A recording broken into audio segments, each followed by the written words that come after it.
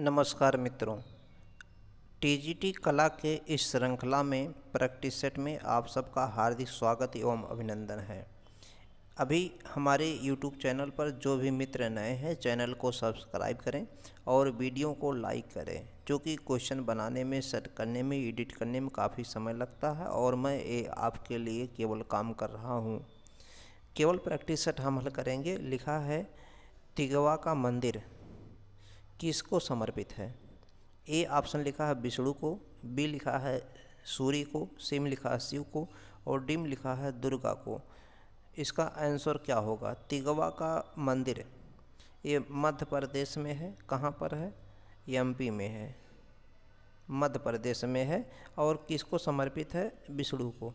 ये ऑप्शन क्या होगा? राइट आंसर होगा। तिगवा का मंदिर जो है ये विष्णु, भगवान विष्णु को समर्पित है, भगवान विष्णु का मंदिर है।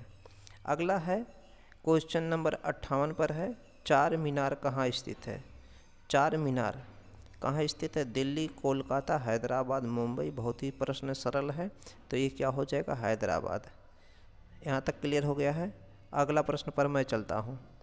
देखिए चिकनकारी, क्या लिखा है? चिकनकारी। ये चिकनकारी कहाँ से संबंधित है? कहाँ से संबंधित है चिकनकारी? लखनऊ, इलाहाबाद, कानपुर, वाराणसी। चार ऑप्शन है। बहुत ही सरल प्रश्न है। चिकनकारी कहाँ से संबंधित है? लखनऊ से संबंधित है। ए ऑप्शन क्या होगा? राइट आंसर होगा। अगला प्रश्न है, अमरावती स्तूप के निर्माण में किसका प्रयोग किया गया है? अमरावती सभी लोग जान रहे होंगे, आंध्र प्रदेश में है।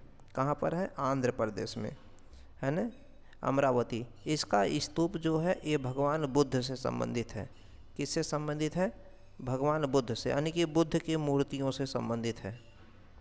बुद्ध के मूर्तियों से संबंधित है, भगवान बुद्ध से संबंधित है। तो इसका ऑप्शन लिखा है टेराकोटा, पत्थर, संगमरमर, लकड़ी। तो इसका ऑप्शन क्या हो जाएगा? सी इज द राइट आंसर होगा। संगमरमर से बनाया गया है अमरावती का स्तूप। अगला क्वेश्चन पर मैं चलता हूँ। अगला क्वेश्चन है, देखिए रंगोली और माड़ना। रंगोली और माड़ना जो है, ये रंगोली और माड़ना किस राज्य से संबंधित है? ये लोक कला है। किस राज्य की लोक कला है? तो सभी लोग ऑप्शन में देख के बताएंगे।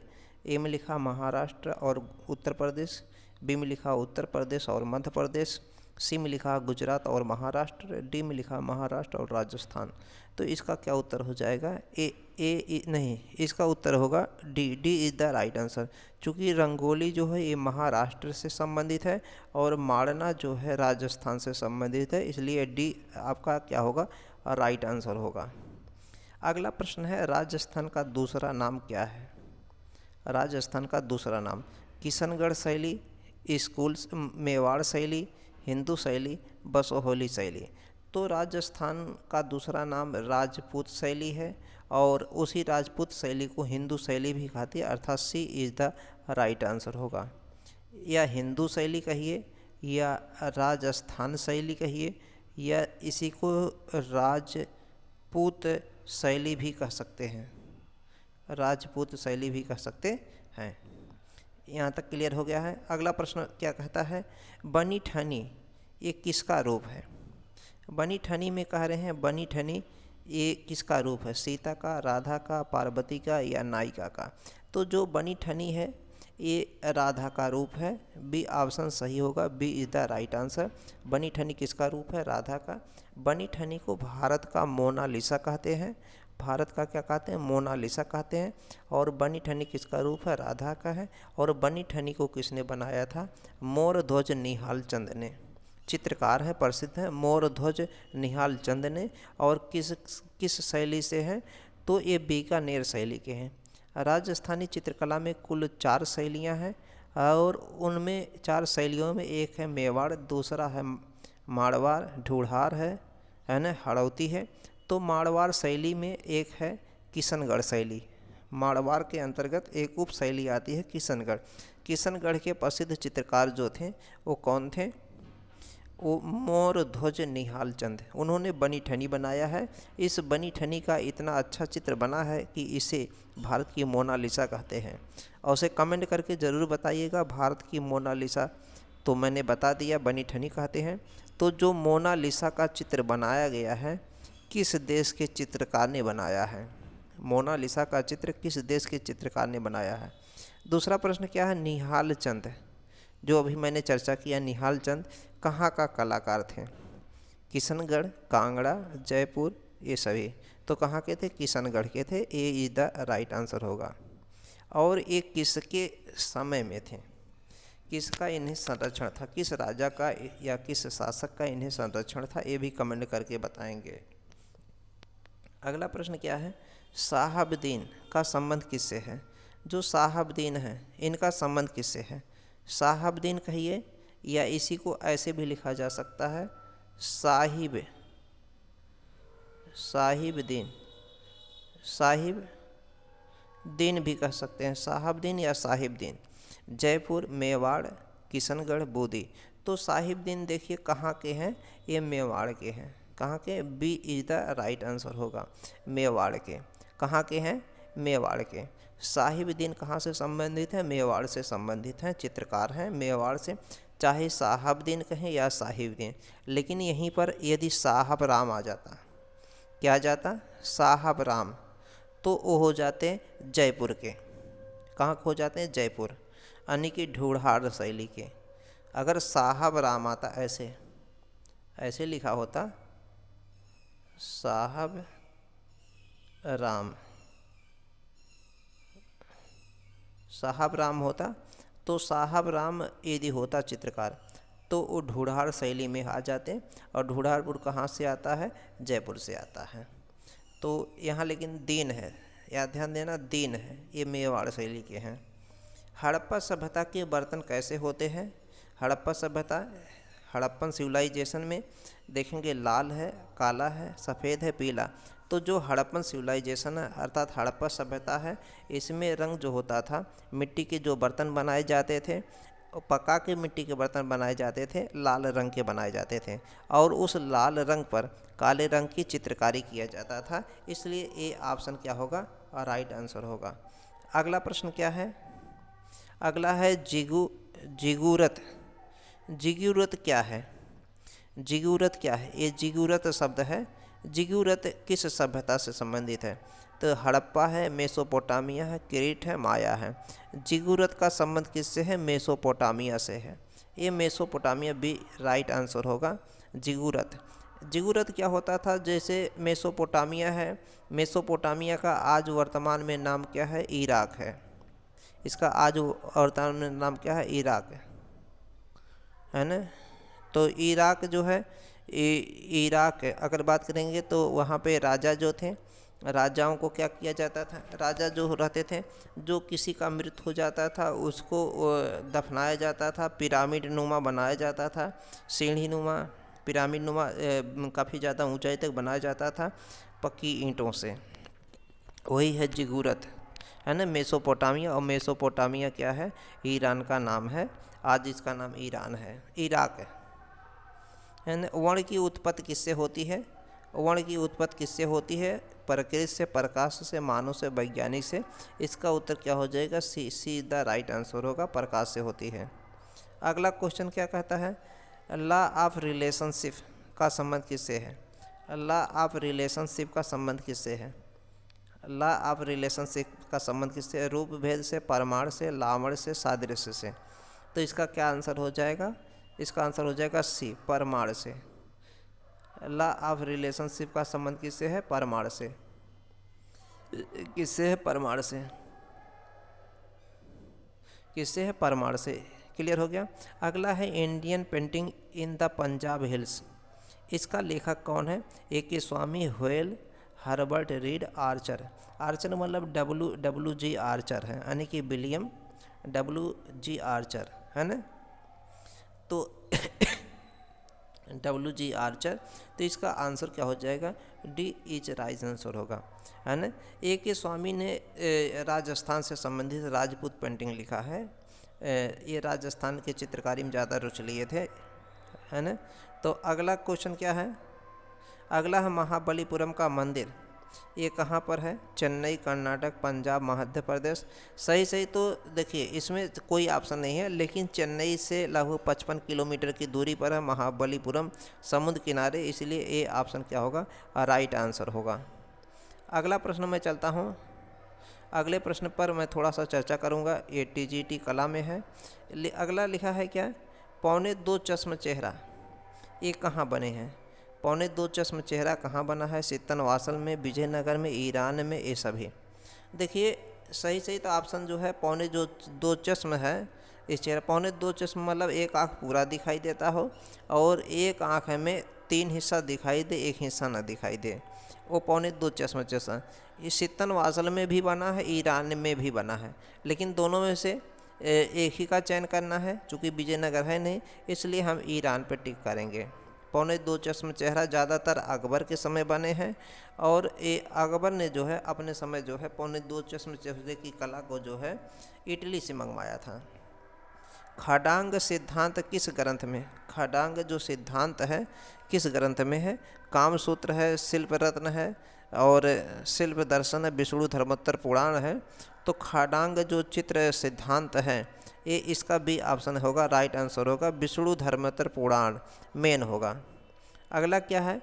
तारीख़ हुसैन शाही, ये कहाँ चित्रित किया गया? तारीख़ हुसैन शाही कहाँ चित्रित किया गया? अहमदनगर, गोलकुंडा, बीजापुर, हैदराबाद। इसका ऑप्शन क्या होगा? A is the right answer होगा, अहमदनगर होगा, है ना। अगला प्रश्न मैं चलता हूँ, नर्तकी किस माध्यम में बनी है?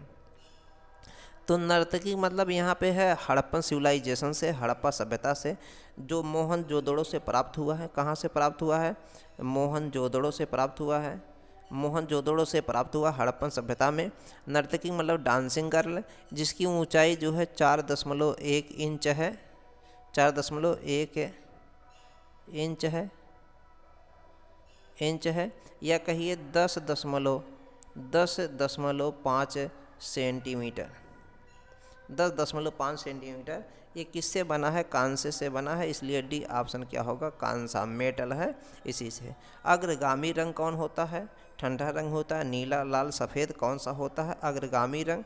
अग्रगामी रंग कौन सा होता है? तो इसका आंसर होगा, अग्रगामी माने जो सबसे आगे निकल जाए, अर्थात देखते होंगे जब सुबह और शाम जो है सूर्य की रोशनी सबसे पहले दिखाई देती है तो लाल रंग की दिखाई देती है, तो इसका मतलब ये सबसे आगे निकलता है, अग्रगामी रंग है ना, सबसे ज़्यादा दिखाई देता है। आगे लिखा है सर्वाधिक प्रकाशपूर्ण, सर्वाधिक क्या है? सर्वाधिक प्रकाश पूर्व रंग क्या है? लाल है, पीला है, सफ़ेद है, नीला है। तो 77 में फटाफट कमेंट करके बताएंगे। इसका क्या हो जाएगा? पीला। सबसे ज़्यादा अगर देखेंगे जो प्रकाश का रंग होता है, उस प्रकाश के रंग में सबसे ज़्यादा कौन सा रंग दिखाई देता है? तो पीला रंग सबसे ज़्यादा दिखाई देता है। इसलिए जो है देखिए, जो मैं ये टिक लगा रहा हूँ ये भी पीले ही प्रकार का लगभग है।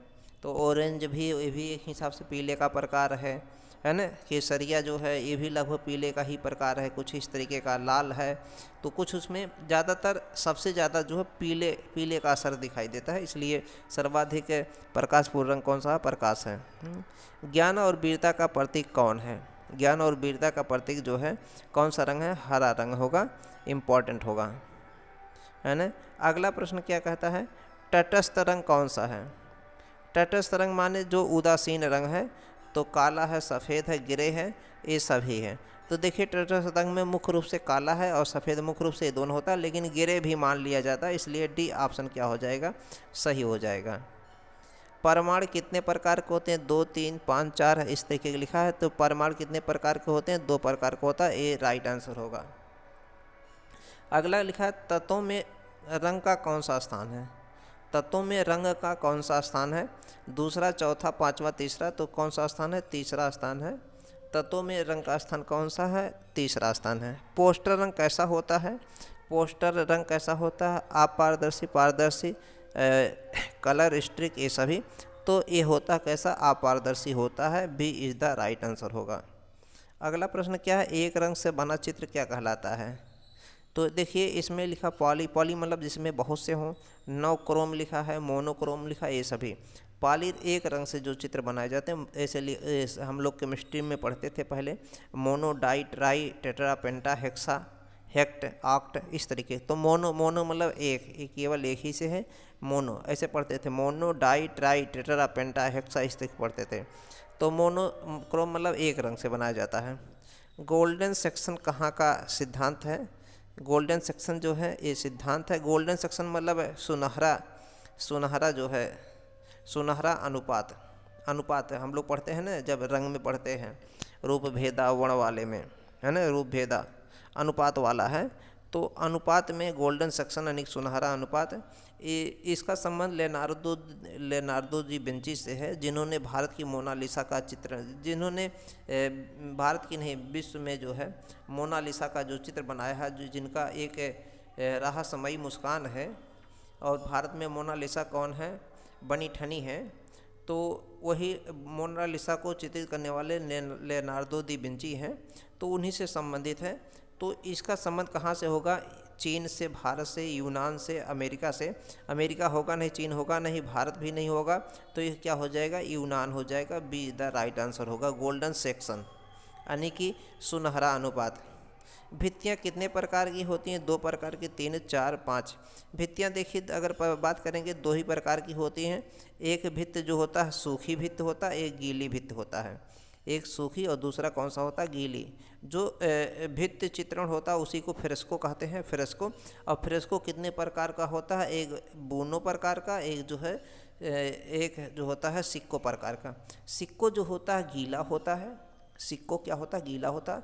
और बूनो जो होता है, फ्रेस्को बूनो जो होता है वो सूखा, फ्रेस्को बूनो जो होता है वो गीला होता है ना, फ्रेस्को बूनो। आगे मैं चलता हूँ। लिखा है आला गीला का संबंध किससे है? आला गीला का संबंध किससे है? आला गीला देखिए ये राजस्थान की एक चित्रकला है जिसका संबंध कार्य है जयपुर, यूनान, फ्रांस है, रामपुर। इस ऑप्शन के अनुसार तो हमारा उत्तर ए होगा, बट लेकिन आला गीला का संबंध किससे है? बीकानेर से। बीकानेर का जो है प्रसिद्ध है हस्तचित्रकारी है, हस्तचित्रकारी है। और मुख्य रूप से ये दीवार पर किया जाता है। किस पर किया जाता है? दीवार पर। ये और एक ऐसा है बूनो है, बूनो है, बूनो। बूनो का मतलब है क्या है? अभी जैसे मैंने बताया कि भित्तियाँ कितने प्रकार की? 2 प्रकार की हैं। भित्त चित्रण को फ्रेस्को कहते हैं। फ्रेस्को कितने प्रकार का? 2 प्रकार का होता है, एक सिक्को होता है, एक बूनो होता है। तो जो बूनो होता है ये गीला होता है। बूनो क्या होता है? गीला होता है। और जो सिस्को होता है, सिस्को, ब्रोनो सिक्को, सिस्को नहीं सिक्को, ब्रोनो सिक्को जो होता है वो क्या होता है?